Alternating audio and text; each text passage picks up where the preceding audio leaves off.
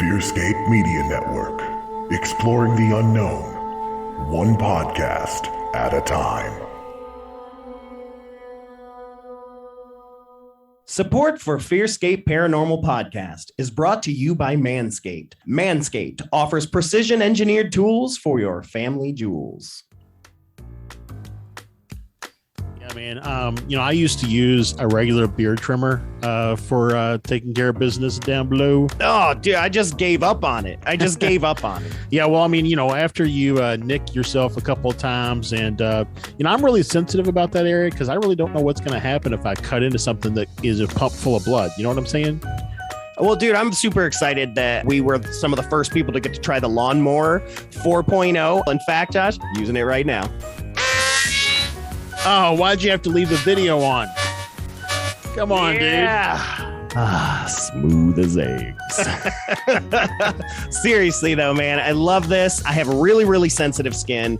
So getting to have advanced skin-safe technology on this thing, I now feel confidence shaving not only my face, but below the waist. Right. And now you don't even have to bust out your cell phone flashlight because it has a light on the front of it to hit those dark areas. Makes all the difference in the world. So I'm just telling you guys right now, our listeners, if you guys are shaving your face and body with the same trimmer, you are doing it wrong. So if you want to pick up your own Lawnmower 4.0 trimmer or any of the other great products that are offered by Manscaped, like these amazing boxer briefs that they send us. So comfortable. Head on over to manscaped.com and use promo code FearScape and get 20% off and free shipping. Again, 20% off, free shipping, manscaped.com, promo code FearScape. Unlock your confidence now. Smooth as eggs. FearScape Media Network is your new home for everything weird and enlightening. Check out podcasts and YouTube shows covering content from discussions on horror films to the paranormal to meditation. Find out more at fearscapemedia.com.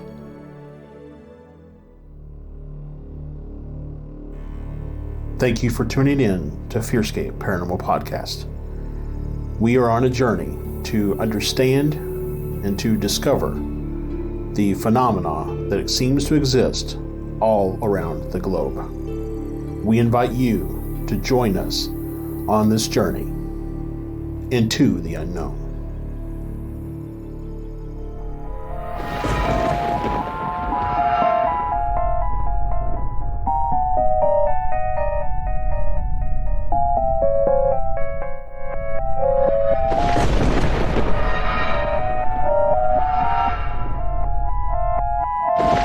Welcome back, ladies and gentlemen, to another fantastic episode of FearScape Paranormal Podcast here on the FearScape Media Network. I am your host, Stefan Gearhart, and I am joined, as always, by my elastic friend, Josh Rutledge, co-host to the stars. How are you, sir? I am doing fantastic. And you know what? I am elastic because no matter how far you stretch me, I always bounce back. You do always bounce back, man. You're just the rubber band man. I'm like Stretch Rutledge. Yeah, there's been times where I tied you to a post and then tied you to a post half a mile down the road and played you like a guitar.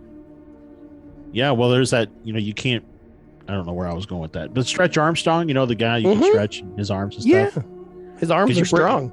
Could you break Stretch Armstrong? I don't know. You can if you stretch them far enough. They talk about that in comic books like Plastic Man and the Elongated Man and stuff. It's like how far can they stretch where their molecules start to break down. That is something that is talked about. But anyways, we got a really, really cool show tonight, man. We are absolutely blessed here, and I don't use blessed very often, to have Chrissy Newton from the Debrief on the show tonight. If you guys aren't familiar with the Debrief, you obviously don't listen to our show. It's a fantastic news site that provides a public venue for credible reporting on science, tech, and defense news with an eye for cutting edge science and technology of tomorrow. And they talk about UAPs on there all the time. There's even a tab for UAPs. And we are so absolutely excited to have Chrissy. She's one of the hosts. She does podcasts and YouTube shows. She's a producer, a publicist, on-camera expert. She is a journalist that is just so incredibly knowledgeable that I can't believe she said yes. Yeah. It is a blast to be able to have her on the show tonight. And I'm sure it'll be a fantastic conversation. For sure. I think you guys are going to enjoy that. But we're going to move forward here, man, because I want to get to that. But so let's get to our first segment of the week so we can get crack-a-lackin', my favorite word there. And let's get to Psychic Word of the Week. And now, the Psychic Word of the Week. All right, Psychic Word of the Week comes from the Encyclopedic Psychic Dictionary from June G. Bletzer, PhD. Rest in peace, Honey Bear. We love you, and we never knew you. I spun the pages around in my fingers, and Josh said, stop! And I landed on page 185, and the word here that grabbed me is actually the first word in the letter E here is E matrix. So that's E-matrix. And in parentheses here, it says radionics. It says bioplasmic energy that both interpenetrates and encompasses the entire human body, making radionics possible. The human body reacts like an electronic device. The radiesthesist, boy, that's a tough word. Radiesthesist can feel outer stimuli within the circuits of his or her own body as it comes into contact with the outside matrix. This in turn reacts upon the divining rod or pendulum, giving tangible evidence of what the radiesthesist feels within his or her body. It can be consciously willed or happen spontaneously. Very, very... This is like an email, right? But in the matrix. Yeah. So it's basically like you're what's it called when you're a lightning rod? Yeah. Right? Essentially, yeah. You're a lightning rod. And it is, we've done some pendulum work and some things like that. And, you wonder how it all works. And it is essentially the E-matrix is kind of a way for your body to tell you things, I guess, using, your body as that lightning rod. Right. So, well, and if you can get to where you can do the energy work that you need to control your own energy, then, you can probably hone that skill a lot better. Absolutely. So. Yeah. 100%. So, very, very interesting. What a, not what I thought, but I mean, it's the 80s. So it's before the Matrix movie. So it's, it's not going to be that. Well, and if it was today and it was the E-matrix, it would probably be an electric version of a car. Oh yeah, you're probably right. That my brain said email. But radionics, like I don't know much about. So definitely want to take a look into how that all spins into radionics there. But it's just I'm just fascinated. She constantly blows my mind that there are terms for things that we do, right, that go deeper than what we think. Like I've done pendulum work. I always just looked at it as divination or as energy work, right? But here's a term called E-matrix that your body is creating access to this outside matrix to give you information. And it's just, it's mind-blowing to me. Just all the difference here, because so I look up radionics and it says it's a branch of radiesthesia that deals only with the human being radiations, a scientific study of body polarity and energy and other kinds of radiation that can be used in the future for diagnosing disease. So yeah, really getting into Reiki and energy work and healing and stuff. But here's a more scientific term than the spiritual ones. So. Yeah. Very, very interesting. It is very cool. Love it, man. But yeah, so, check out this book if you haven't already. It's really, really good. Before we jump into our next segment, I do want to remind folks to like, share, and review the podcast. Of course, helps us get out there. We've been making some waves. We used to make splashes. Now we're making waves. And one of the cool things, of course, that you can do is jump onto our Patreon as a way to support us. We have our blanket huggers out there that are already supporting. We're doing live Q&As every third Wednesday of the month. And this last one was really fun. So check those out. We got a lot of cool behind the scenes features, and we got some new things getting ready to happen here soon. We're going to start doing live interviews as well for our Patreon members. I believe starting next week, I think. Is that correct? Yeah, that's right. Yeah, so we've got Lon Strickland coming on, and we're going to be doing that live. So if you want to get that a week or two before we normally put it out, you can check that out. That'll be available for our $9 tier and $15 tier. Right. And so we're going to be pushing that online. I believe by the time this is out, that live event has already happened for that one, but for the next one, and it'll always be accessible on there.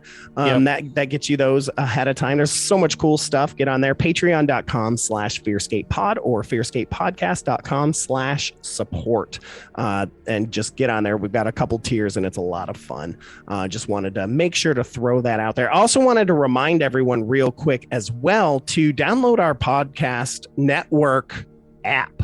We have an app. It's absolutely phenomenal. It's so easy to use, and you can get all the podcasts on the network. So not just FearScape Podcast, but you can also get Misters of the Dark and Memories of Cain and the Gab Girls, Bodies in the Basement, Ghosts in the Attic, Bodies in the Basement. It's all on there, and it's easily accessible. It's only available, though, on the Google Play Store, correct? So it's only available for Androids, but eventually down the road we can hopefully get that for Apples, but right now it's just for oranges. So anyways, let's go ahead and move on here. Let's get to our next segment, Josh, which is we got some kind of disheartening spooky news.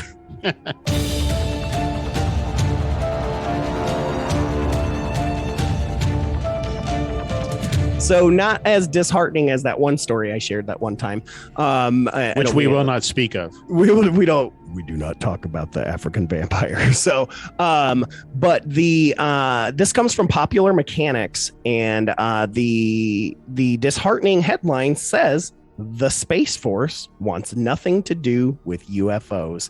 America's latest service reportedly does not want to investigate flying saucers." So already disheartening, like we said, because shouldn't they be the top tier? Space Force. Well, Space Force.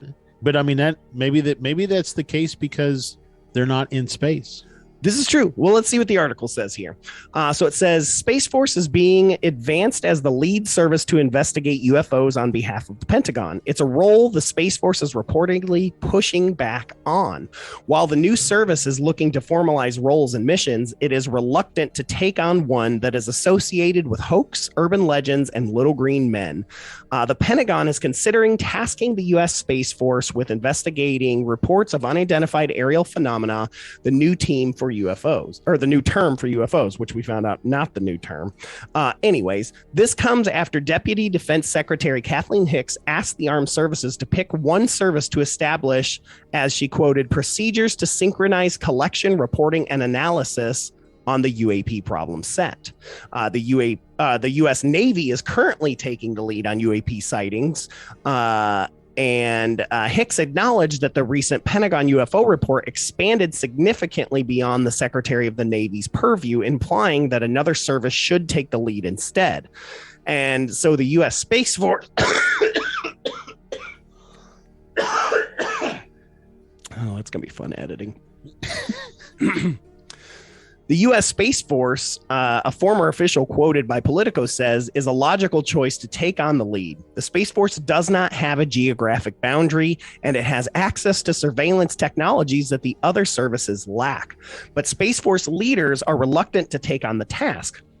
Now, the Space Force, created in December 20th, 2019, of course, has had a short and controversial life. Many believe that the Space Force was created as a gimmick by Donald Trump, who uninvested in the idea except as a way to boost his own political standing. The Space Force kind of became the butt of jokes, memes, and cynical opinions.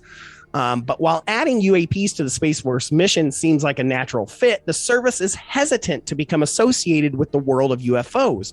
UFOs and aliens are often seen as the realm of science fiction, despite thousands of reported sightings over the past 8 decades. No firm answers exist on the reality of UFOs.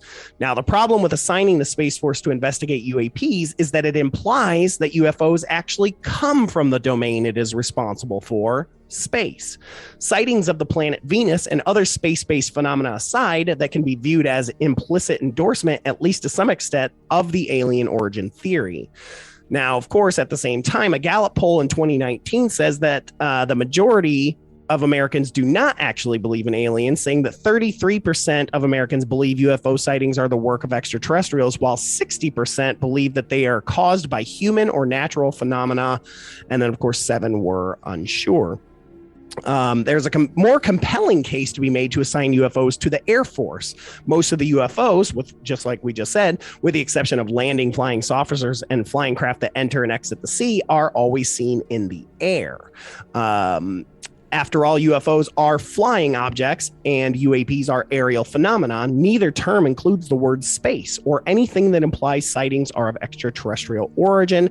The Air Force already has a long association with the UFOs. Project Blue Book, of course, was the Air Force effort to investigate them from 1952 to 1970. But the Space Force may indeed get saddled with the UAP mission as the newest kid on the block, and with the least clout, it could end up with missions its parent service, the Air Force, does not want. The Navy is probably out, though revelations of new Navy UAP encounters could make the seagoing service a contender again. But one thing's for sure, the Army and Marines are likely breathing a sigh of relief that they can sit this battle out.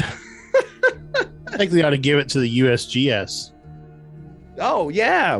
Well, I think that, why does it have to be one or the other? Why can't we put together a task force that has Navy representation, Air Force representation, Space Force, Because it's the government and it's the military, and they don't work well together. I know. It's like trying to put committees at churches, right? Right. You have to form a committee to establish the committee. Ugh, yeah. But yeah, crazy. I mean, I would assume Space Force as well. But, talking about it does make sense. A lot of the stuff is in the air, not in space, because we don't know that it is extraterrestrial in origin. But they have to communicate because we know that astronauts have seen things in space that were in space. We've seen things in air. We've seen things enter and exit the ocean as well as the land. I think, there's some old footage even back from like space shuttle missions and things like that where you see things that are in space moving around. But I think the reason why we don't have a lot of space-based footage is because nobody has space-based cameras other than, the government or NASA or something like that. Right. So, other than the people who sit there and watch the NASA live feed 24/7 and look for anomalies and then, magically capture it with their, quick cat-like reflexes. I don't know that there's ever going to be a lot of footage from space that we're going to be able to catch. Well, and didn't you even say that there's now a delay on the NASA feed? There is. Yeah, there is. And so a lot of people, conspiracy people say that every time that NASA tilts their camera, like if it's been stagnant on a specific spot for a long time and they all of a sudden move their camera, it's because something's coming into view. And it doesn't necessarily mean that it's a UFO. It could be some government satellite that we don't want people to know that is up there. So, yeah. I don't know. But yeah, very, very interesting, that the Space Force is fighting back on this. And I'm kind of like, you guys could use some press, but I can understand they are still in that vein that it's weird stuff. So. And it's also, talking about the fleet that we talked about with the Wild and Weirds guys, maybe they're not UFOs for the Space Force. Maybe they are identified flying objects for the Space Force. Very, very interesting. Well, speaking of which, Josh, let's get to our last segment here, which is the UFO UAP sighting of the week.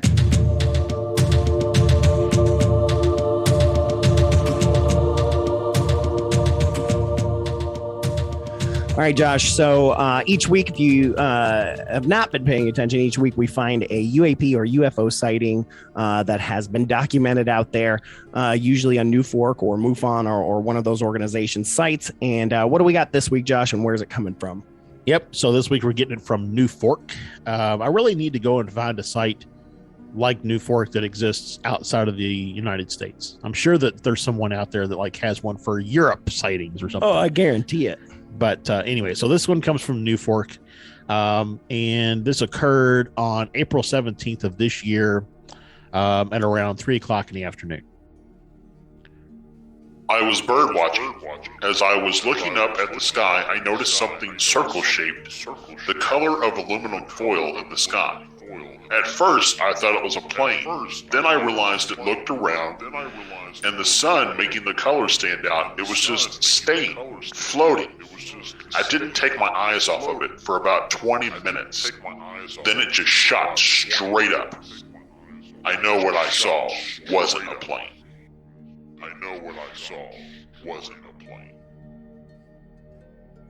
Well, then what was it? I mean, Superman, maybe. I mean, he was bird watching. It's not a bird. It's not a plane. It's Superman. And good night, folks. We're done for the no, yeah. I mean, that's these things that shoot. And trust me, I feel like, if you saw something like that, you're going to hear it.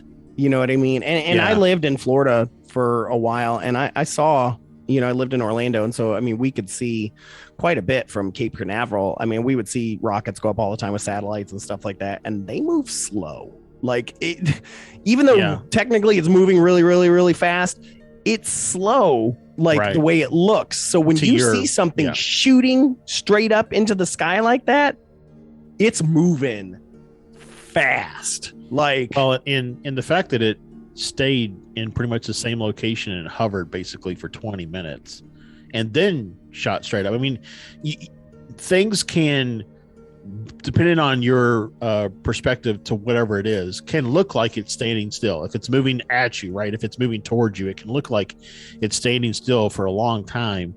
But 20 minutes seems a bit excessive for it to be anything else than, like an airplane or whatever. So exactly. Well, let's go ahead and move right into our interview here with Chrissy Newton from the Debrief. She is the one of the big UAP specialists there that does a lot of stories and stuff on that. And so I'm very excited to get to speak with Chrissy. So we will be right back. Hey there, blanket huggers. Stefan here from FearScape Paranormal Podcast. Got some good news for you. If you want to join in on the investigation of the mystery of the recent emails from the man claiming to be Terry Rist to Josh and myself, aka the Spooky Crew, and his advice on where to look for more high strangeness, or if you simply want to become a patron blanket hugger for some cool swag and behind the scenes goodness, go ahead and join our Patreon at fearscapepodcast.com/support or patreon.com/fearscapepod. There you can get Riskwatch access to the Terry emails themselves, the WhatsApp conversation about it all with Josh, Stefan, Santosh, and Olaf Phillips, and even any clues that are new that we have found in other Fearscape-related bonus content. You can even help out and add anything that you have found to help us dive deeper into the mystery. And remember, you can also just be a normal blanket hugger, as there are a few non-wristwatch tiers for patrons not interested in Terry Rist and that journey. You'll still have access to bonus interviews, articles, and live Patreon-only Q&As, as well as early access and discounted tickets to events put on by Fearscape, such as psychic events, tarot readings, etc. Or you can simply support however you feel comfortable, with tiers as low as $1. So join today.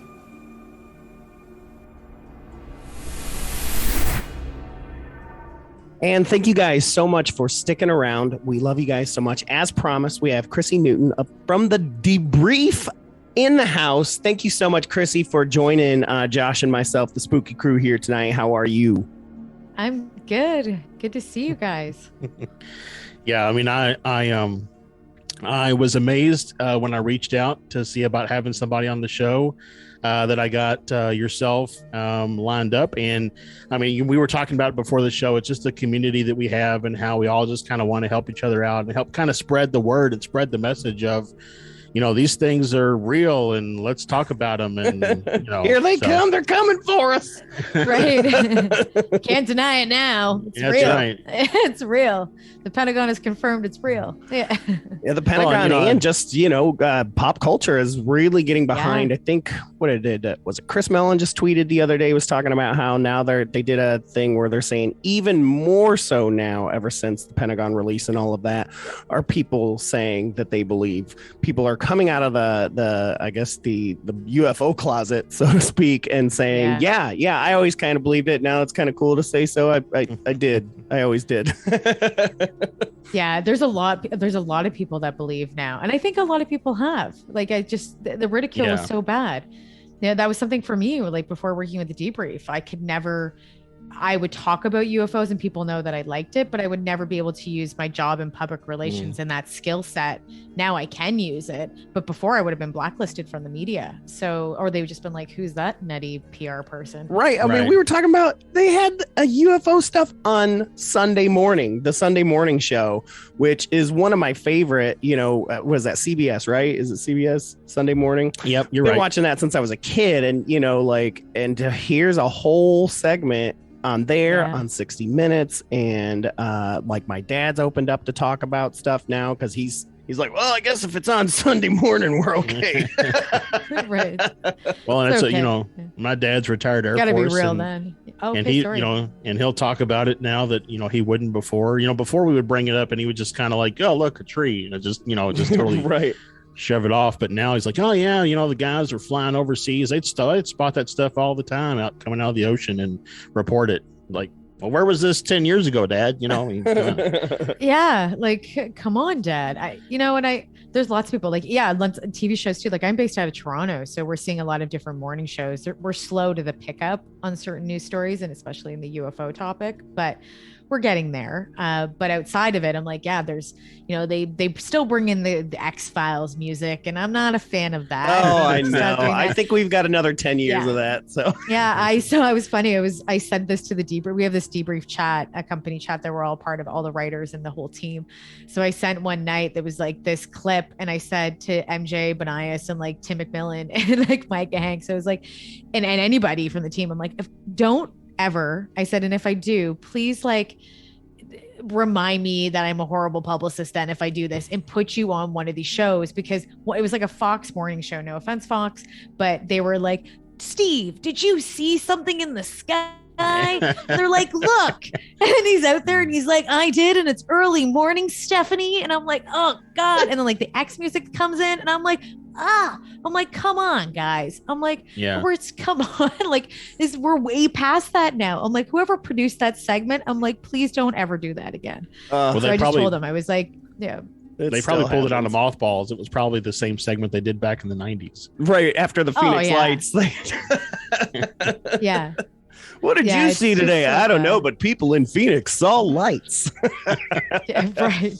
But no, I will say, Josh and I love the Debrief. I mean, it is our source for news. We absolutely love it, and we're just fascinated with the content and everything on there. And so, just like Josh said, it's a huge honor and pleasure for us to have you here, and we are going to rack your brain, because that's what we do, Chrissy. That sounds, I'm ready. That's what we do. We had Ralph Blumenthal on, and he got us thinking. Everybody that we have on, they just get us thinking deeper. We already think we're down this rabbit hole. We think we found Wonderland already, and then our guest will hand us a shovel.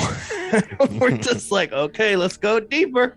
Yeah, seriously. Like, we always joke that we've got our aluminum foil hats, so we've got our secret organization, the Aluminum Naughty, so that we can. That's what all of us in our community we call us. So let's see what you got on the back burner for us. Sounds good. So I did want to ask and just kind of kick things off here a little bit. You mentioned you do PR, you've got some history in marketing. I'm curious, if we look at the current activities that are happening with the government as a slow disclosure, with a marketing lens, are they doing a good job of getting the information out there, you think? So, it's a tough question, because everybody will have a different answer to this one. And I'll say, okay, there's a couple things, right? Especially after the J.J. Abrams piece that came out. Which we enjoyed, yeah. I did too. I actually really liked it. And to be honest, I haven't watched the last episode yet. I was going to watch it tonight after this. It's good. We talked about how we love that it shows both skeptical and, forward, so You'll enjoy Right. the 4th episode. So, if we look at these things like disinformation campaigns, so I'm in the side that I don't think we're living through another one right now that I think that maybe I might change my opinion down the road, right? We know how this happens in the UFO community. People's opinions flip-flop very much because you have to. We don't know yet, right? But I would say that if the government is telling us the truth, and we'll just play it that they are and things are correct from what they're telling us, they're doing an okay job.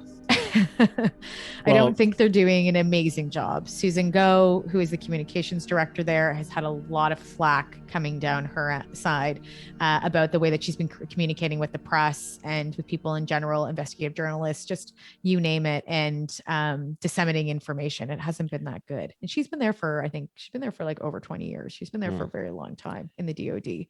And then we look at the report that's come out. I'm happy because the report we needed something like that would say, hey, this is, if you believe the report or not, I'm just going to say that for the sake of this conversation, that it's true. I'm glad we have that because it's at least a stamp that says, hey, these things are real and they are happening. And we finally get some credit towards the UFO community for fighting for more than 70 years to get this public and for that and the government to actually say that something's happening.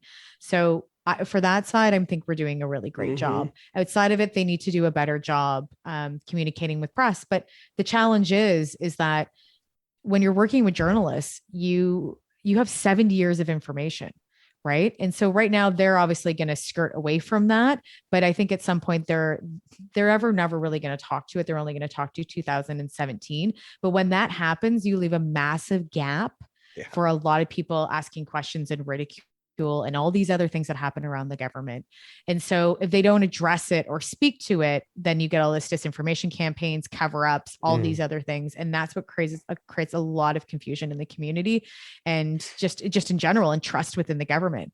So that's the challenge. The one thing with the government I've noticed as someone who works in communications in a lifestyle entertainment before spectrum business, I didn't work for the government. I've never worked in government communications. I've only worked within the mass consumer side of things. So my job is to teach and to make something attractive to consumers so that they purchase it and also to tell a narrative and a story. Right. And I'm very much on the positive side of spin, not negative.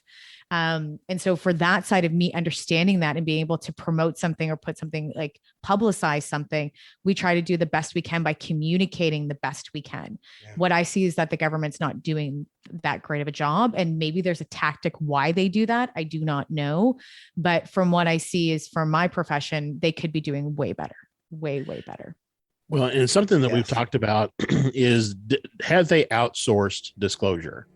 Is it really to the Stars Academy and other like organizations that they've outsourced and said, okay, you guys release 15 documentaries over the next 5 years. It's going to roll everything out and explain everything. But we, the government, are only going to maybe release a couple of reports. That's really smart. So yes, the government does seed information to media. And they'll seed it to different groups because they'll release information. They try to seed it to media that we see the New York Times and other outlets. Like we know that they do that, but I would not be surprised if they are seeding information internally to other organizations to help propel. The question is, why are they doing it? And how are they doing it? And then what is the end goal? What's the future end goal? Right. And that's the questions because you think about like the Brookings report, you think about the Brookings report and stuff like that. It's always gone. It's always been put in the hands of civilians eventually once this has kind of come around. And is TTSA the new Brookings report? Are they the new, whatever the other one was? Condon report. The Condon report. Yeah, that's Condon what I meant. report. Excuse me. Yep. It's like, are they that new thing, but with an eye towards, the other side of things, whereas the Condon report was whereas they might be, because now they've come out and they've said, hey, look, we have 144 of these cases. We have no idea what it is. We're just going to be honest with you. It's probably in this catch-all category of we don't know. And this is the first time that's been like that. So we 100% now legit can say, yes, there is something unidentified in the sky. Yeah. And I agree. A lot of people would say maybe that's some kind of red herring that they're throwing at us, and that's disinformation, that report. I'm hoping that it's not. I think that there's this would be the most insane disinformation campaign around the world, because people are opening up their files, and there's like other countries are doing UFO task force too, like China is. That's why I don't believe it is, because there's just too much happening around the world for it to be interconnected. And I'm not going to go down the conspiracy theory route, but but there's there's just too much going on worldly. And then there's also all of these journalists that you're lying to them. Like, can you imagine finding out 20 years from now? And then like CBS, NBC, Fox, CNN, like all these producers, all these heads of it. Like, it's not, not everybody's in on this. Like, it's just way too big. So to me, that's why it lends to being, hey, this is true. Unless this is the most crafted disinformation campaign ever created, then I will be shocked. But I just don't feel that we're going to find that narrative in 10 to 20 years from now. I just don't. We're probably going to figure out that some things were not what we thought they were. Maybe, for example, some footage, like UFO says in the J.J. Abrams piece, that says that like maybe some of the other footage isn't real and people are still speculating. I bet you that's going to happen. I feel that that's more plausible than being like, oh, by the way, this is just smoke and mirrors and like it's not real. Like I just it's like, interesting. UFO, it's us. It's interesting because we spent 4 years with Trump creating this fake news narrative, right? For UFO disclosure to essentially happen after that. But it's mostly been his community that were a lot of the big believers, right? So it's this weird area that we exist in that I was surprised we didn't get hit with more. People saying fake news, right? Good point. But I think the pandemic, of course, kind of helped soften a lot of that, because all of a sudden we had to listen to the news and things like that. And then you've got someone like Richard Doty, right, who's out there. Right. You're like, is he a double, triple agent? I don't know. I can't trust anything he says. Is he still running the long con? So. Yeah, that's you worry about that because he's on every documentary, right? We have to look at him.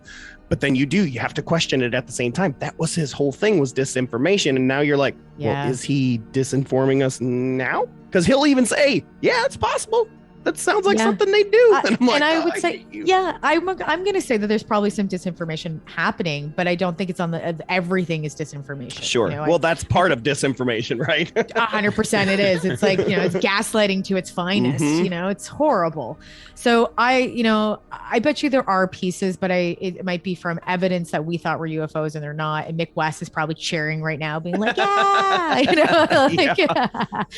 day that everyone says that Mick West is right, I will laugh because I'll be like, oh my God, the UFO community will just freak. Yeah.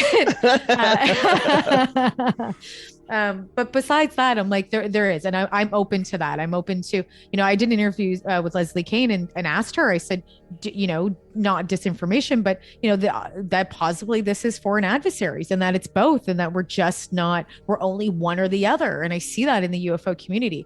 You've got this strong narrative. It's aliens, it's aliens, it's just UFOs, or it's foreign adversaries, or it's us. Like it can't be all of it. Like why can't, I'll take aliens out of the equation, but why can't it just be UFOs, and why not foreign adversaries and technology? And right now the government is saying that it's not ours, which, okay, sure, we'll believe you at this point, but maybe it is ours, some things that you're testing, but why isn't it foreign adversaries? And the worst thing for the government to say to us would be, oh, by the way, it is foreign adversaries and we don't know how to protect you and we don't have that technology. Right. I think it's worse to say that than being like, oh, it's a UFO. A UFO is safer.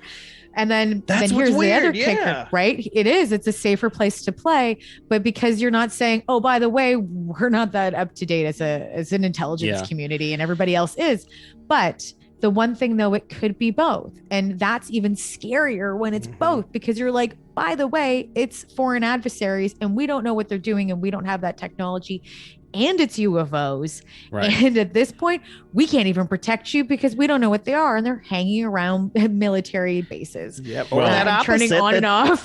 Or that opposite that says it is ours, but we can't let our foreign adversaries know that it's ours, right? It's like, it's this whole, again, and that's why I say, why can't it be all? And and I do think we are starting to see more people into that camp of getting more of all as opposed to one singular thing. Just there's too much of all this stuff to fit into everything. I mean, if it is aliens, we could have gotten that technology from them. Hell, they could still be helping us or them or whatever. I mean, there's a million things that it can and could be. Right. And here's the thing, though, too, is in the 60s during the Cold War, like, you know, during the Cold War is a very long time, period of time. So during that time with the disinformation campaigns, there was only one way of communication. So like we have the internet has taught us two-way forms of communication. Like right now we're doing two-way forms of communication. We're making content and we're educating people on other information. And then we're sharing rather than just getting a one way. So back in the day you had internet that was just getting you're getting radio and print and and television at that point that was just telling you a narrative. So you weren't listening, you weren't sharing it or being able to share your opinions. So the disinformation campaigns could be way stronger and way more accurate because you didn't have other people really kind of making comments back to it because they were just they were learning and spreading their information. Here it's different. Now we can actually have a two-way street.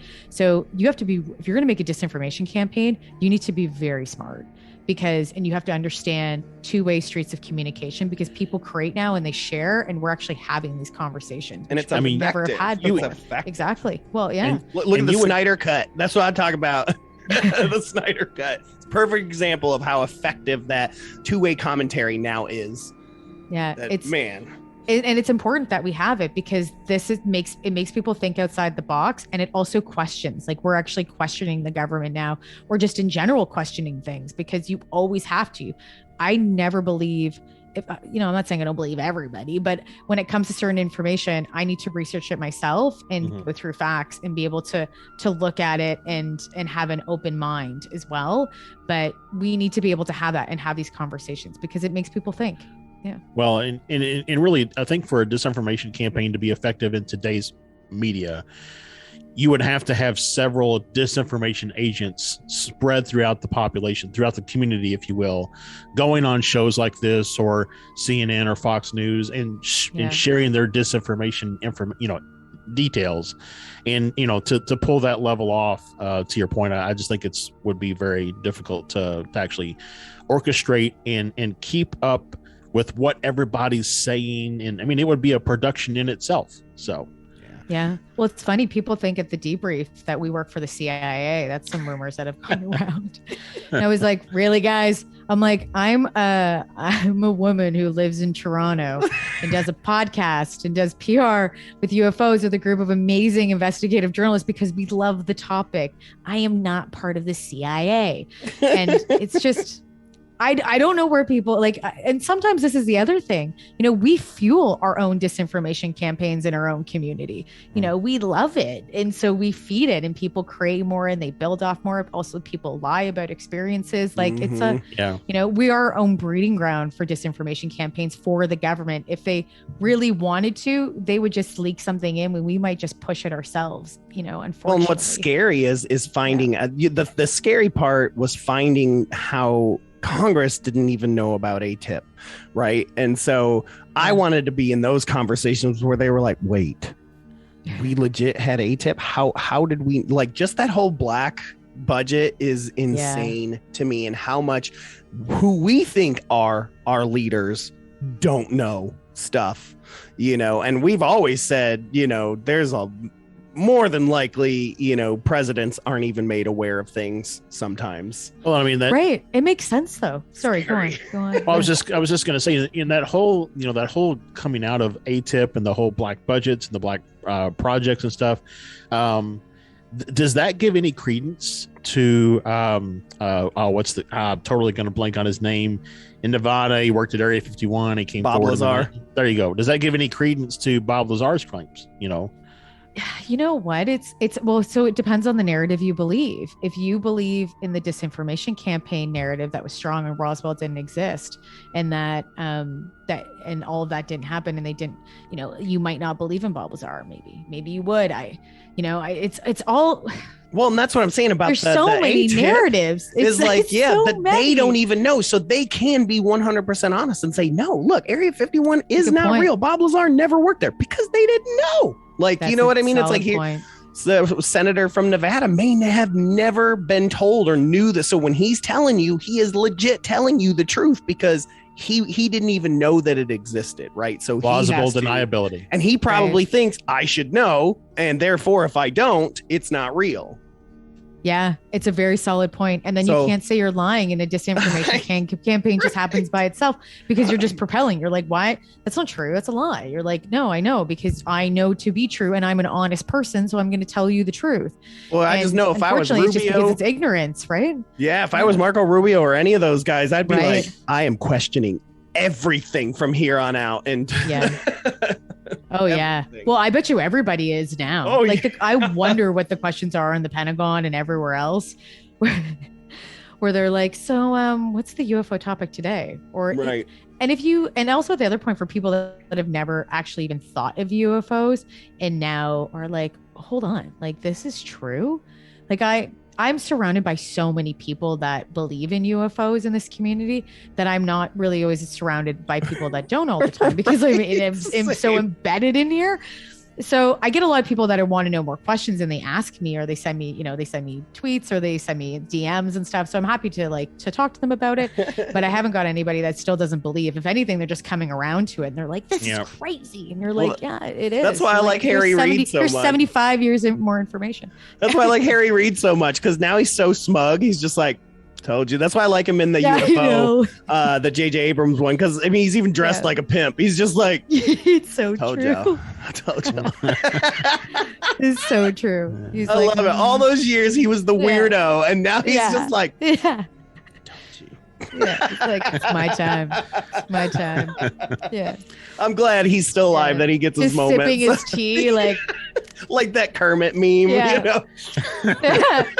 That's Harry Reid right now. Exactly. Someone needs to do that in the UFO community. If we're watching this, make a meme of Senator Harry Reid sipping some tea and be like, make sure you put him in an ascot and a smoking jacket. So he's probably wearing one in his next interview, so don't worry. That hat he's got was just something else. I loved it. So great. And when you get that old, you don't care anymore, right? I mean, that's what it is. Yeah. That's what I said. For years and years and years, he was the UFO guy, and he caught so much slack from his members of Congress and all that stuff. And here he's now like, I told you, here it was. Oh, look. Oh, you're talking about UFOs? Weird. Yeah. Where did I hear that before? Yeah, exactly. So crazy, but we I know there's so many different types of characters in here too. That's the thing. Everybody's a character in their own space. And I think majority of the people are very authentic of who they are that are the key players now. I hope they are. But yeah, there's just so many, even just looking at Bob Lazar, looking at all of Jeremy Corbell, George Knapp, they're all just characters, and they're actually really fun to watch. I said to somebody once, I was like, somebody needs to make a UFO, pop culture, a talk show would be great. I said, but there one day will probably be a gossip show. I said, because there's just too much going on. Oh my God. We talk about it all the time. You add in Dr. Stephen Greer as well into that mix, and you've got the Muppet Show. I mean, it's it's just Stephen Greer would be the old man in the balcony, though. He'd be heckling them, where do they get these guys from? But it reminds me of that old Genesis video, Land of Confusion, where they had Ronald Reagan dressed as Superman, and that was based off of a British sketch comedy show, but it was done in that style. And I'm like, I could see something so similar done with that, with these oversized heads of all these Lou Elizondo and all of these people just in these topical situations. I would laugh. I'm waiting for SNL to really start hitting the UFO stuff, because I think they had already ended their season, so when it came out. Well, I mean, back when the report was being put together, I mean, you heard monologues from Jimmy Kimmel and Stephen Colbert. I mean, they were making light of it because that's what they do. But the fact that they made it into their monologue, I mean, I think it says a lot. So and Colbert will be the first one on board. Oh yeah. It's crazy because it's in everything. I said that to Leslie Kane as well. It was just UFOs are in every single crevice of pop culture, politics, news, you name it. You can't go anywhere without UFOs. Like it's everywhere. Yeah. And I've had people say to me, they're like, Chrissy, like you were so into this so much earlier. And I was like, it's my dad. I was like, yeah, but I'm like, but it's true. I was like, it's everywhere. You can't get away from it now, which I love. And there's so much content. There's way more content than we've ever had. I'm trying to keep up with it at times too. Like, God. When I can go to the grocery store and pick up a container of UFOreos that are with green filling, then you will know that it's UFOreos. I'm in. Yeah. But it is a really, really interesting time. And I told Josh, I said, we started this about 3 years ago. I said, boy, we jumped in at the right time, as well for us, and just always being believers and searchers and all that stuff. It's just, like I said, we could not have come out long at the same time, and it's done is it's helped us on our own journey. We joke about that all the time, that this is really, we said earlier, this is our religion. It kind of is, in a way. It's kind of become that. It's become this culture for us, and this religion and this search. I've always joke, it's like, man, if you want to run me out of my neighborhood, put a question mark in my front yard. That'll get me, because I'm always questioning. There's it's like that's where I'm at in this show and the topics of everything that's been going on. And we've seen a distinct shift from paranormal to UFO, UAP related stuff in our show as well over the last 2 years. Wow. And to be honest, I'm like, the community, like we were saying before, like, I don't believe it's a religion, but I believe, like, I love the community. Like, people are so supportive. People collaborate together on a level I've never seen. Like, obviously people have tiffs and stuff, but a majority of the part, we're all pretty good at when it comes to things like that. I love it. I'm like, and the more that we get people involved, and the more people, like, now so many more scientists, like, look at Avi Loeb, and like, look what he's doing with Harvard, and like, and all the new scientists that are coming on and researching. Like, I believe NASA just released a part of, like, looking into UFOs, right? There's so many. It's like, and I'm so excited for the science narrative. I'm like, finally, you keep saying that we're such a divided world right now, that there's conservatives and liberals and millennials and boomers. It's like, you want a topic where everyone's kind of okay? It's that. Conservatives and liberals will say, yeah, there's something going on. We need to find out about this. Boomers are like, we've been talking about this for 1,000,000 years. And, the millennials are like, heck yeah, man. Like, this is that issue where things are, we're seeing less of a division than we have in the past 10 years, right? Is this odd topic of UFOs. Yeah. And it does. It brings people together. Like, it really, really does. People are like, why do you do this stuff, Chrissy? I'm like, because it makes me happy. I was like, I'm not a millionaire doing stuff in the UFO world. Like, a majority of people doing UFO stuff are not. They're doing it because they like the community. They love the topic. It feeds it's kind of like a soap opera. Let's be honest. For sure. Like, Like, it's funny because I realized, I was like, I don't like reality TV, and I'm not much into, like, housewife things. Same. It's not my thing, not big into that. But then I realized, I was like, oh, maybe I am a little bit, because I'm part of a UFO community that has a lot of different drama to it. And we're always like, what's Greer complaining about on YouTube today? Like, we're like, gotta watch it. Right, exactly. Gotta keep up, I find myself, and I realized, I was like, oh no, Chrissy, you just like it when it comes to, like, science, tech, and, like, UFOs. Like, that's your narrative in the gossip world. But outside of it, it just makes me happy. I'm like, I like making content. I get I understand why you guys do it. Like, it's just, it's so fun talking to people, asking questions, learning, and being part of something. And everybody, like, works together, shares their information, and shares the content. It's just great. I think there's way more, like, UFO paranormal type of podcasts than there's probably any other types of podcasts. And people are more inclined to go on each other's shows when stuff like this, rather than having, like, a major pop culture show or other ones where people are like, nah, you're not good enough. We are very sure. We need our own, genre definition as a part of Apple Podcasts, instead of having to pick where to put podcasts. Do you put it in society and culture? Do you put it in documentary? Do you put it in spiritual? They just need to come along and create one for paranormal. I'm always surprised. There's not a podcast streamer out there that has paranormal as a topic, and it's crazy to me. Yeah, or even just UFO now. Or even just UFO. Yeah, just like a section, because I've had to look through different UFO podcasts too, and just being like, okay, this ones I like, these ones I don't, you know, but it's the same thing. Like it's true. You have to like sift through stuff. There should be a directory that you're 100% right. I'm like, we should be hashtagging this and lobbying it right now. Yes.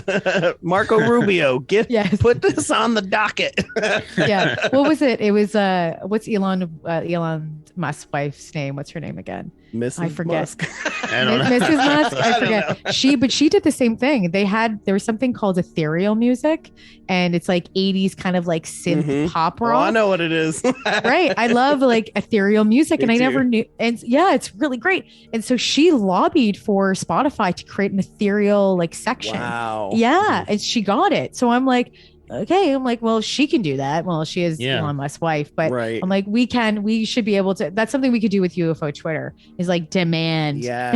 So we have the it's power. Actually not a bad idea. Yeah, we really should. We really should. Yeah. So I just wanted to circle back around a little bit. So you're based in Toronto, and you talked about early on that you feel like Canada in general is just kind of maybe a little behind the curve a little bit on the stuff that's being talked about. Something that Stefan and I were talking about a couple of weeks ago is, it almost feels like the rest of the world is kind of waiting to see where the U.S. comes down officially on this kind of stuff. Do you feel that that's the same?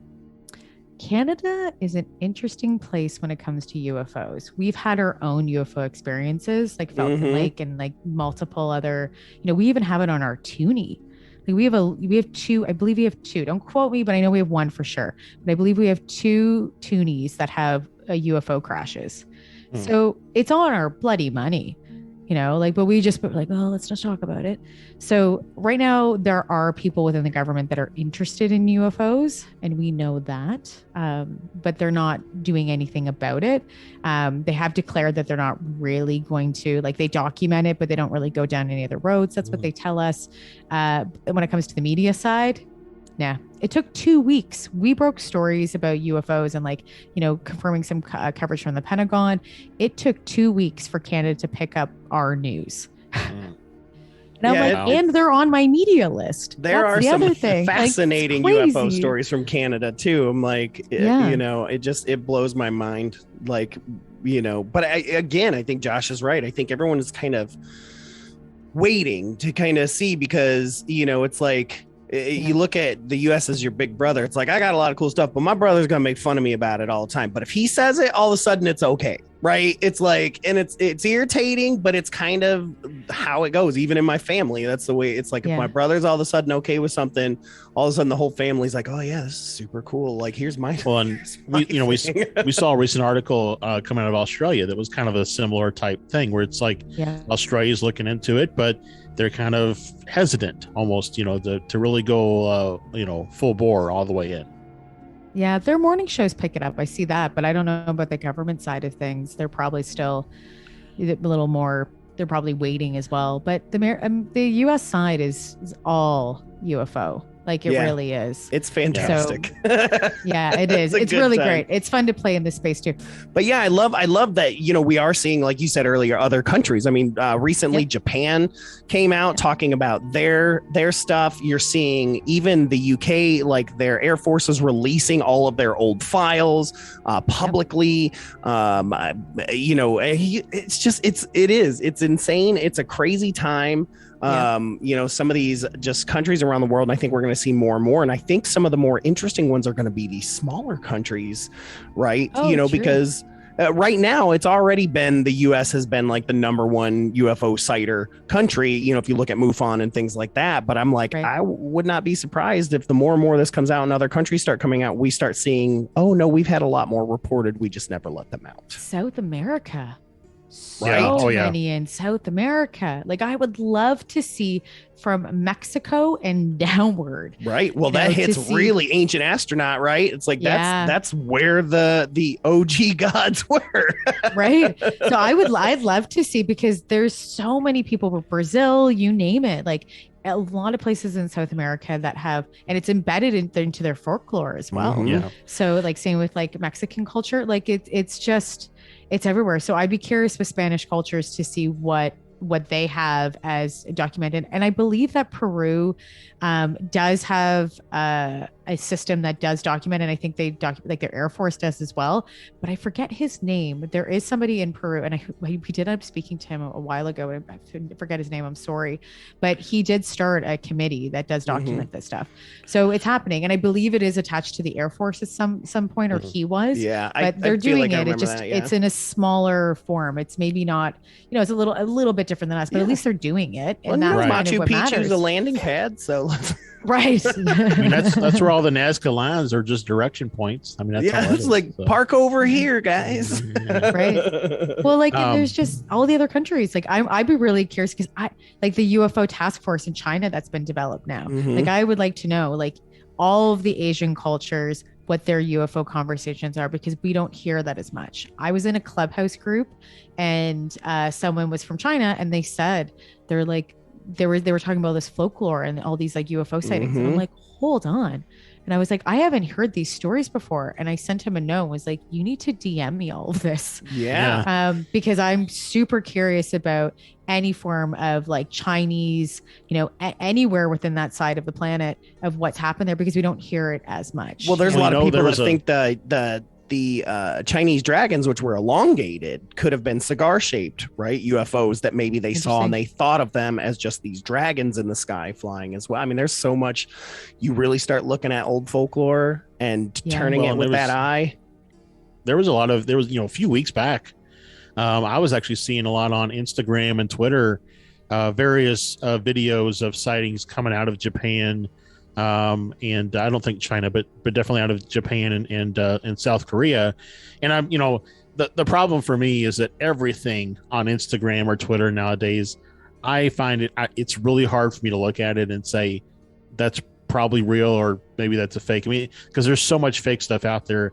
I find myself scrolling past videos and pictures just because I don't know if, who's doing the check to make sure that it's a valid picture or video. Yeah. And I was told too that some of, and I might be wrong on this, but J.J. Abrams footage was fake. That's what Ryan Sprague and a couple of our friends said the same thing, that they used already proven hoaxed footage. Yeah, I don't like that. And a part of me, because when I was watching it, I'm like, I don't think that's not real. I'm like, from what I know, I'm like, that's CG'd. And to me, that's bad producing. That's also bad directing. Yeah. And really, it was probably just like, oh, this looks cool. This will show what we want it to show. Yeah, and also all the UFO community is going to be watching this documentary. Right. You use footage that has been approved. At least ask MUFON. He's in your damn documentary. Yeah. Well, I mean, like, come on. I mean, if I feel like if you're going to use that footage, it should be to say, here's some examples of really good fakes, right? But not to show it as a kind of jaw-dropping, look at this great footage we caught of a UFO, because you're right, everybody in the community. But I mean, if you're trying to sway people towards the, believing, I don't know. I mean, I agree. It because once those people find out that you use fakes in your documentary, it calls into question everything else in your documentary. 100%, it does. And then you're saying, well, then this isn't a documentary. This is a mockumentary. Right. It's disinformation, J.J. Abrams. I'm like, because you're not. Like, what are you doing? Well, that's what happened. Question now. That's what happened with Gray. That's what happened with Gray Barker and Jim Mosley and those guys. They were always trying to do these hoaxes and these pranks because they thought it was funny, but it got in the way of their real information that they were writing about UFOs and things like that, because they were purposefully creating hoax to whatever the government agency was at that time, in terms of the UFO stuff. I think it was NICAP, wasn't it? NICAP, possibly. Yeah, they were always trying to like prank them and hoax them to make them go, look, we saw something. Ha, just kidding, it was us. Look at the real stuff. But it made them look bad. And so now people don't trust a single thing that Gray or Jim ever wrote about because of that. Yeah. And that's similar. It makes sense. Something I don't blame people. Yeah, something that I realized in watching that UFO series on Showtime was a lot of those interviews were done in late 2019. Which makes me wonder, was the original plan to release a lot of this information in 2020, but the pandemic hit and it would have been overshadowed, so they held it 2021. That's funny you say that, because when I was watching the doc too, I'm like, I knew this because obviously in film and television, you have to film earlier. So I'm like, the report didn't come out. You could tell because there's no conversation in the report. And I didn't like that part too. I would have updated the doc at some point if I was JJ Abrams for that, because it's obviously a very crucial part of the community and the storyline. But I thought about that too. I'm like, when was this supposed to be released? And like, or do they think the same right now? Like, do they, do these, for example, does anybody at MUFON or anyone else think that like Lou Elizondo still is like doing disinformation campaigns? Like, I'd be curious to have those conversations now. It's like the same thing. Or did J.J. Abrams cut it properly too? It's the same thing happened with like Daniel Sheen and like his documentary that he did with Stephen Greer, and then representing Lou Elizondo. Like, I'm like, somebody's got to release a statement. Well, I even said in the debrief, I was like, okay, guys, I'm like, what is going on here? I'm like, this is ridiculous. I'm like,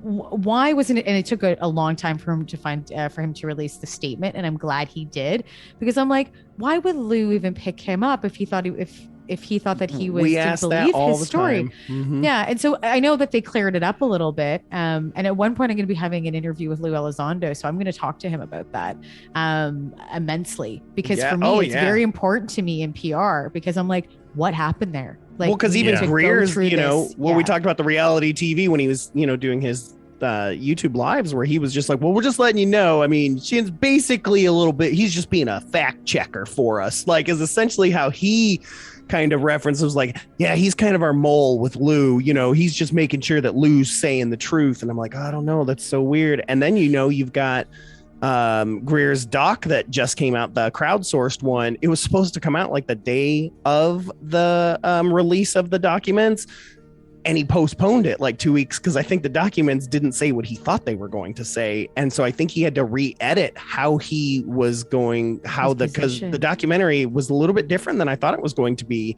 Because I think he was going to be like, they came out and said this and this, and that it's all evil and it's all a threat and blah, blah, blah. But the docs didn't really say that. And so I think he had to go back and edit, because he was like, I know we're going to release today, but it's going to come out in 2 weeks. And so very strange. Well, and that's also just schemy. That to me is just, I'm not a fan of that. I'm like, same. If you're going to release your documentary and what is fact and what you believe and what you figured out, and then what your theories are, is one thing that you're trying to prove. But if you start go re-editing because of certain things, it's not to prove your narrative and your storyline to make you look good.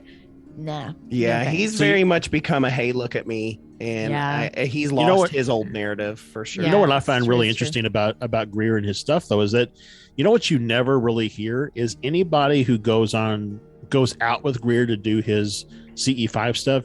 You never hear from them, and it turns out he makes them sign a non-disclosure agreement to go out and do that stuff with him. So that's why you never hear from the people who participate.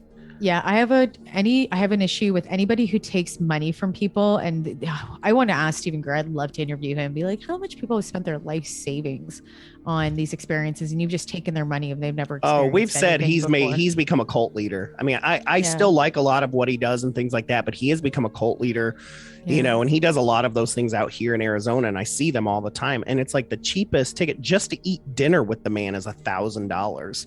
Just to have dinner, where he just says the same old thing that he says over and over and over again. But if you want to go out on one of the CE5 experiences, I think the cheapest is like $10,000. $10,000, yeah. Like it's 10. I thought it was $3,000. No, to go with him. To go with Greer with the Messiah. Yes, with the Messiah. And I'm like, and that's where I get sketchy. I'm like, this is where I struggle. No.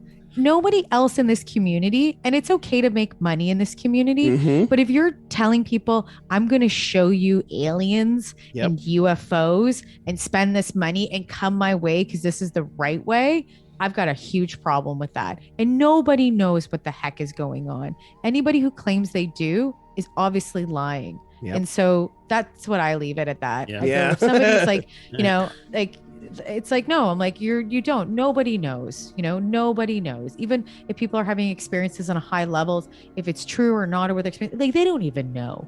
So at one point, maybe we will, but maybe we won't be alive when we find out. Who knows? Maybe we never will. Right. You know, I think he got used. mystery. I think he just got used to the money he made as a surgeon and was like, oh well, I got to keep making this. I got to buy polo shirts, guys. Or he believes more. it. Or he believes it himself. Yeah. And I don't know if he's come to that point where he actually Right. believes it, which That's is the worse. scary part. You just Which don't is know. worse. Yeah. I watch too much true crime. So I'm like, Well, and I've heard "Oh." true. And this is hearsay, but I don't know 100% of this. I've just heard this from other people that when he's doing media interviews, he asks for all the questions up front, and that and then he tells them things that he won't talk about. And I get that as a PR person, like you do that, but that also, as someone who works in PR, makes me worry because I know that you're trying to hide something. Oh yeah, there was a guy that did anonymously talked about his CE5 experience with Greer, and he talked about how everybody didn't see anything. Greer just basically talked about himself the whole time, and this, that, and this, that, and yet his staff would constantly say, "Oh, we see it, but no one else was seeing it." And then he said, "Oh, well, you didn't see it. It's because you didn't believe hard enough, or you've got something bad in your life. You're holding on to some lies in your life." That's where it sounds like a cult, right? Because he says that is, yeah, this guy was like, "Oh, he was told he didn't see anything because he's living a bad life and he's holding on to lies and things like that." Scientology crap right Yeah, there. He's taking a page out of like L. Ron Hubbard's book. Right. And that's where you're like, oh man, it's like you've lost your narrative, Greer. It's like, but then it's like, did he see these things? Did that? Because, religion can change someone, right? And it's like, if he saw Jesus, so to speak, in that as the aliens, he could have done that. But I mean, he's gone far away from disclosure and moved towards worship these creatures. And he's crazy. Combative too. He's trying to separate the community. He's putting people at odds to, and he's been so anti-Lou Elizondo, and then I'm like, you don't need to do that. We can come together. Lou's not saying this is the only thing. Look at old videos. Lou's like, I think it is aliens. I'm not sure, but yes, it could also be this threat. But he makes it sound like Lou is just out there saying, hey, we got to shoot nukes at these things. Yeah. And I don't think Lou's making mass amounts of money. From anything I know of Lou, he's not making, again, unless it's a disinformation campaign, but, and he's going to be rolling in retirement in 20 years. But I highly doubt that he's going to be around for a very long time. Like, and sure. I really get used to it. He's the face. And that's what it is. And then new people will come in and out, and like new people from politics will probably start having a voice in this as well at some point. But Stephen Greer's narrative, I just don't follow at all. Yep. And I used to love it. And I used to love him too. Right? I used to love him too. I did. Yeah. Sad. Yep. He's gotten to the point where, I can understand why he doesn't make an appearance on any mainstream shows. Nobody's invited him from Fox News or CNN or the Times or anybody else to come and have a real honest conversation. He gets his word out via his YouTube channel. He's got a new show on Gaia that just started out this month, I think. Yeah. There's it's going to be a 10-episode series on Gaia, and he's being interviewed by Billy Carson. I just think it's very interesting because I watched the first one, and you can tell Billy is not being allowed to really probe anything. He's just asking a preset set of questions, and he may have been invited. That's the thing. It's like Greer may have been invited on all these talk shows, but he turned it down because he won't be able to speak his narrative anymore. Yeah, that's a good point. It could be either or. He's not quick on. He don't have improv training, Josh. So I know that we're getting close to time, and I want to be respectful. I know. It goes by so fast. It's such a great conversation every time. Cat just bit my foot. We'd love to have you back sometime if you'd be willing. But 100%. I want to ask two questions. Number one, and maybe this is not in your understanding, but why does the Debrief not have an app? Because I would kill to have it drop me notifications every day about the top articles that are hitting that I'm interested in. I'm going to tell that, guys. I'm going to tell the guys that. Please do. Yes, it's a great idea. And I don't know why we don't have an app. We just haven't gone down that road yet. At some point we will. We're right now it's building the site, marketing, and now we're hopefully we'll do some more conferences, getting really great articles. We're building our writer team too. That's really important. So, we have the right people telling, not our voice, but we want to have people that are interested in tech, science, and everything else. And, and for us, facts and real facts and like real journalism is important. So Oh yeah, well we said we love it. We are debrief devotees. Let me tell you. You're debriefers. I love you guys. Debriefers. Yeah. You know, I was like, for debriefers. I'm like, I'm a debriefer. You're a debriefer. I do love getting the email notifications of the things that I've subscribed to, but I would totally down. I'd even pay for an app if it was a paid app. I'd do it. So I'm going to tell the guys that in our chat. We have a meeting every Friday, and so we have like a team meeting. So I'm going to tell them that. We also have a newsletter too that you can get, and that comes out too. Micah Hanks writes it, and I freaking love Micah. I'm happy to pass along. We have an app that we do for our network. So we're not just this podcast. We have a FearScape network where we have a couple other podcasts on it as well. And the guys that did our app do a fantastic job. Yeah, and it's not really that expensive. So really nice.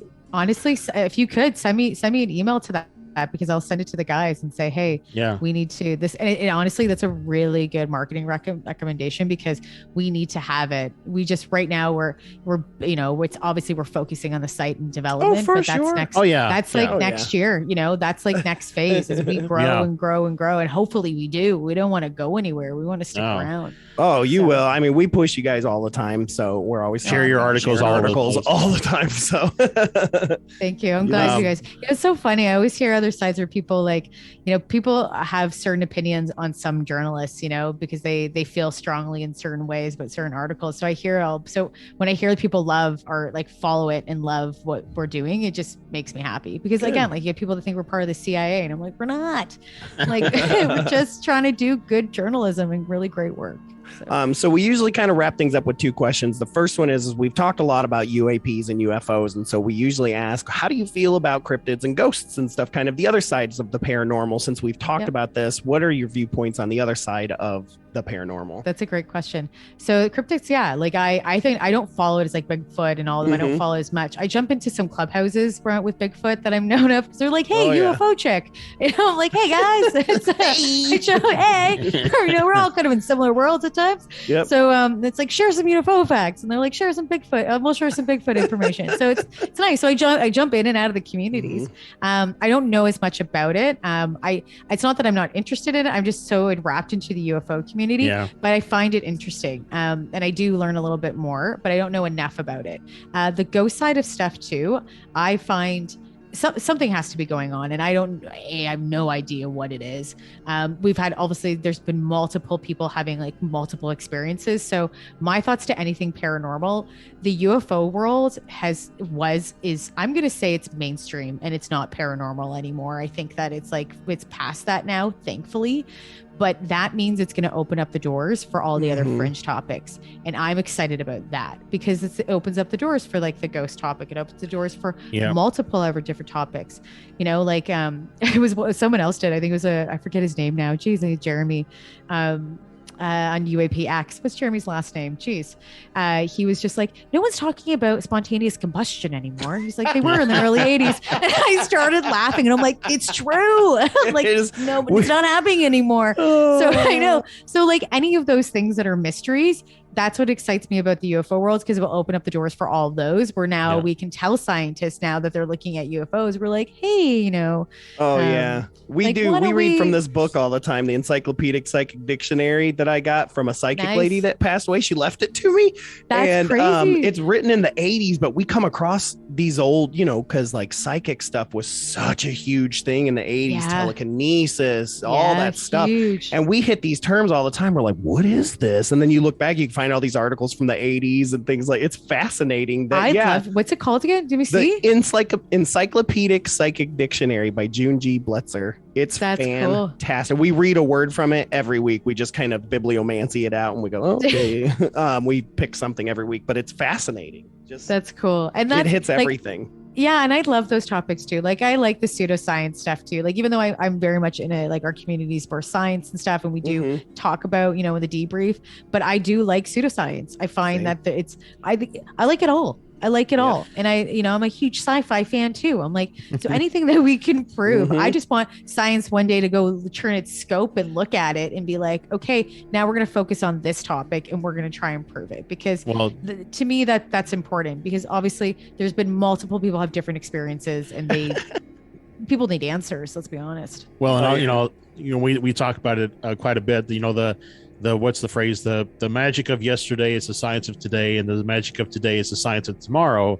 And it's, when you think about that, I mean, it's really true. And so it's really to think about the things that people are doing today with magic spells or just kind of intention energy work, spells, Reiki, energy work, stuff, yeah. any of that stuff might be the science of tomorrow, right? Right. So. Right. And consciousness, like we don't even we're starting to go down roads in consciousness. I was talking to Dr. Carl John Friston recently, and we were talking about having the nerves in your brain, and then along with the idea of consciousness, and they were saying that they will be melded together at one point. Yep. That our hardware is connected to that as well, but they're looking to prove that more. So there's, instead of them being so separate, I think they're coming closer together, and that's what's exciting. And I think we're going to get it more and more. And that's the time that in the next 10 to 20 years, I'm like, we're lucky to be alive right now. I was like, this is the cool time with science and tech. That's why I like that article you guys wrote recently, the 7 Star Trek technologies that we're going to get soon. I was like, that's Star Trek. I mean, Next Generation had the tablets in there. I mean, before anybody, I mean, it's like, yes. It's true. Warp technology is there's patents for warp technology now. I hope I'm freaking alive. Me too. Right? It's going to be amazing. So we've talked about that. Are those, and we're going to get down another rabbit hole, but are those patents that were done, is that a disinformation campaign? So here's the thing. So Christopher Plain, our head writer, wrote this article. And Chris, if you are listening to this, hopefully I'm doing it justice. Because he knows mine. And I'm actually going to be doing an interview about warp technology soon. But the first patents that came out, from what I know of the timeline that I read, is that NASA was working on it. Then they released a paper. And then that paper was floating around about them working on it and the abilities to potentially have warp drive. And then what happened was, oh my gosh, I'm forgetting his name now. There was a patent then that mysteriously came about, and there's a couple of people that worked on it about how warp drive would work. And then NASA ended up closing down its department, and the head that was there ended up now opening up limited space. Sonny White. Thank you very much. That's his name, Sonny White. So Sonny White then opened up limited space, and now they're doing it. But he was the head of that project for NASA. But now you can't find that paper online anymore on NASA when you click older article interviews from Popular Mechanics. But if you go down the rabbit hole, you can find them. They've actually shown them on some media sites. So they haven't been fully deleted yet, but it's deleted off NASA's site. Wow. So so I don't know if that's disinformation. I think they just kind of got rid of it because Sonny White ended up now opening up limitless space. Right. So there's going to be some stuff coming out of that area that is probably going to be really surprising for people in the next couple years, I imagine. Agreed. So one last question before we go. Are there 2 books that you've read or are reading that you would recommend to people? Oh gosh. Well, one's a personal book. I can't tell you that. It sounds so funny. I just said that too. It's the first thing that popped into my head. I'm actually not. The last thing I did read was The Believer, and that was from Ralph Blumenthal. So good. Yeah, so that's what I was reading, and then there's a personal self-help book that I'm reading that's about life and stuff. So I didn't know where we were going with that. I'm not going to tell you that, right? But yeah, the Believer by Ralph Blumenthal. That was the last thing I read. I haven't been able to have time to read a lot yet. I shouldn't say that. I've been reading a lot online because doing interviews and getting research and stuff. I just haven't been able to sit and read novels in the past little bit. I have finally starting to watch UFO from the 4th episode now. So try to get in as much as possible. I find that, I went to, right before COVID hit, I went to work at home, and then I've since transitioned to full-time work at home. And so I missed the time that I would have spent listening to audiobooks to and from work every day. And so I'm having to figure out time to work that audiobook time or just read into my normal routine. So, but yeah.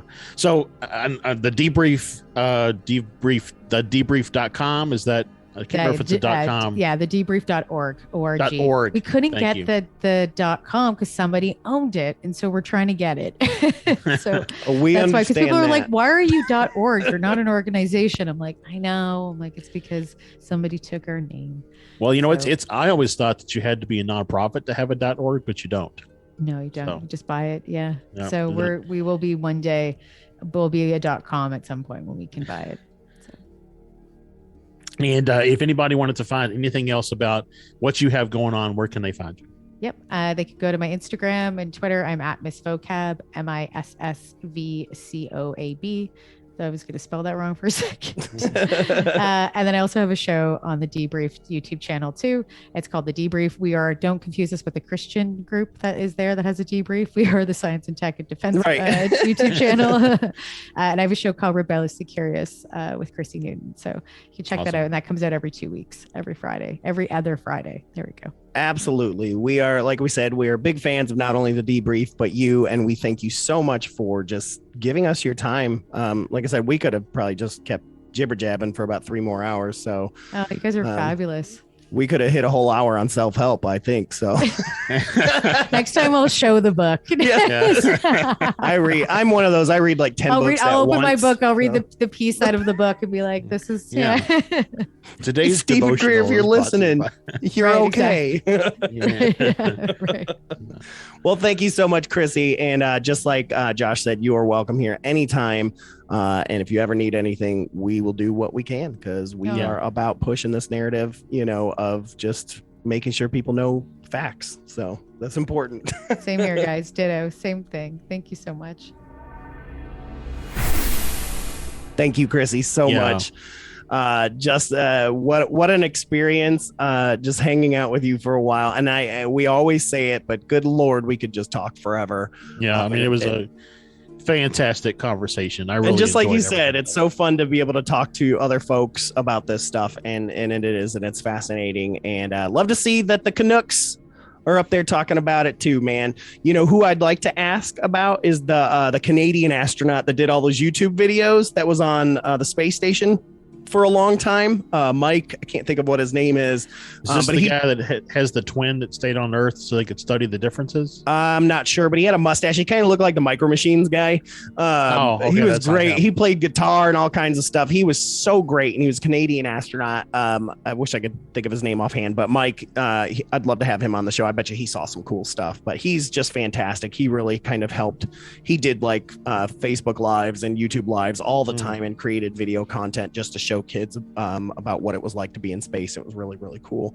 But yeah, he was Canadian and one of my faves. But anyways, Chrissy, we're talking about you. Thank you so much. You're welcome on the show anytime. Anytime. And you guys, if you are not on the Debrief, you need to, because it's all the information that we love, and it's done very well. Good fact-based journalism. It's absolutely phenomenal. It's what you really, really want. And their website is, put together phenomenally. I love the layout. I love you can easily find what you're looking for. There's a search functionality. It's an amazing website. It is. So make sure to get to thedebrief.org. Get out there. But Josh, let's get moving on, my friend. We got stuff to talk about before we wrap up. We gotta remind everybody to go to manscaped.com. That's right. Manscaped.com. Use the checkout code there, FearScape, to get 20% off and free shipping. Gonna push this a lot. We are so thankful that these guys decided to sponsor us, and so we want to make sure you guys are aware under your underwear. See what I did there? I did. That was really it's like underwear under there. No, but check them out. And of course, as we always say, make sure to review and share and like and all that stuff. We love you guys so much. We are so thankful. I do want to quickly move to our last segment here, which is Encounters from the FearScape.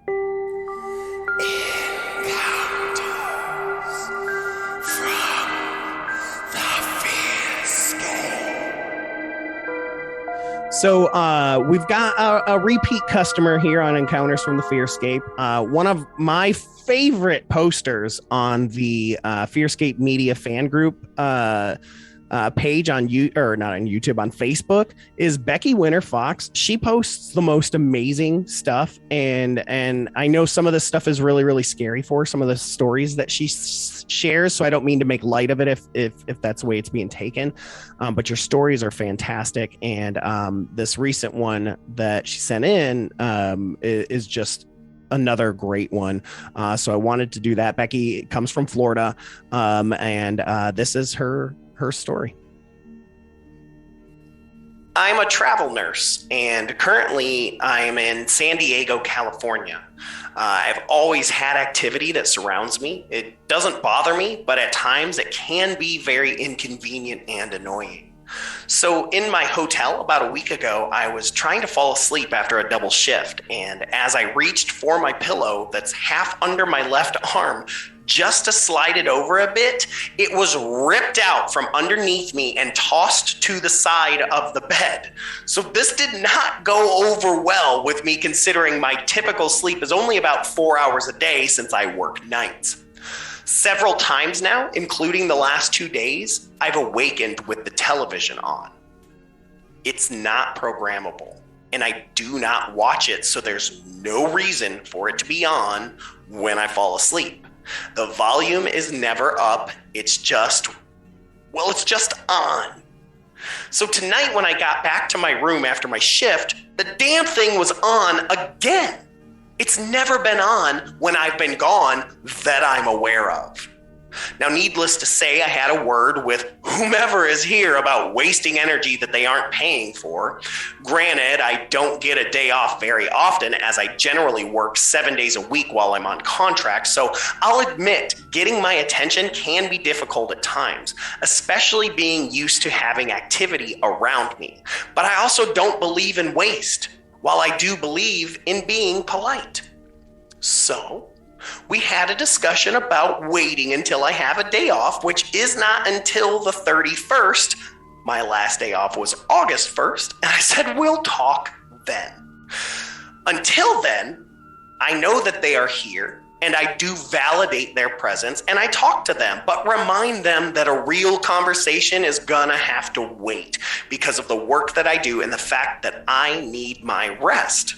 The response after I said that? The TV went off. Wow. Becky, I love your story so much. And I love how connected to the paranormal you are. And, you know, instead of being freaked out, you're like, hey, I know you're here. I know what you are. Listen, mama needs her sleep. So I love that. Yeah, I mean, it was a fantastic story, and if it was a few years ago when remotes were different, I would say that, you know, somebody in the next room was clicking your TV on and off with their remote, because I remember that happening to me in a house I used to live in. But remotes have gotten a lot different since then. So I don't think that's the case. And I love the timing of it shutting off after you were like, leave me alone. Yeah. We'll talk down the road. Click. Okay, I see what you did there. Fantastic. So as usual, guys, you can send in your stories. Either hit us up on our social media at FearScape Pod, or go join the FearScape Media Network fan group page on Facebook. That's a great place to post your stories. We love that as well. Or just email us, fearscapepodcast@gmail.com, or go to fearscapepodcast.com, submit a sighting. So many ways to share your stories with us. Short of, like, you know, smoke signals, you can get it to us a bunch of different ways. This is true. Do not do smoke signals out here in the desert. We're in fire season right now, so I'm going to ask you to dampen that. And don't send stuff in a carrier pigeon, because there are a crap ton of pigeons in Phoenix, and he won't know it's a carrier pigeon. Nope, I won't, and my cat will probably eat it. But anyways, let's go ahead and get out of here, Josh. Again, make sure to check out our Patreon, patreon.com/FearScapePod. We've got live interviews that you're going to get to see, and some great stuff like that, and a lot of cool stuff. Remember, October 1st, 2nd, and 3rd, we are going to be in Louisville, Kentucky at the Paracon there, the Fright Film Fest and Paracon. It's going to be absolutely phenomenal. We're going to be sharing a lot of information on that, but come say hi to us if you're in the area. Yep. Would love to meet y'all. We would. Other than that, you guys take care. We're going to get out of here. Thank you so much for listening to FearScape Paranormal Podcast here on the FearScape Media Network. This is Stefan, and keep your eyes on the skies, guys. This is Josh. The truth is now. And remember, folks, hold those blankets extra tight. Things tend to get spooky when you're listening to FearScape. Good night, everybody. Good night. We hope you have enjoyed this guidepost on the road of high strangeness with us. And we thank you, as always, for listening and joining our caravan to the weird and unknown. Please consider supporting us as we continue our journey to find the answers we all seek. FearScapePodcast.com/support.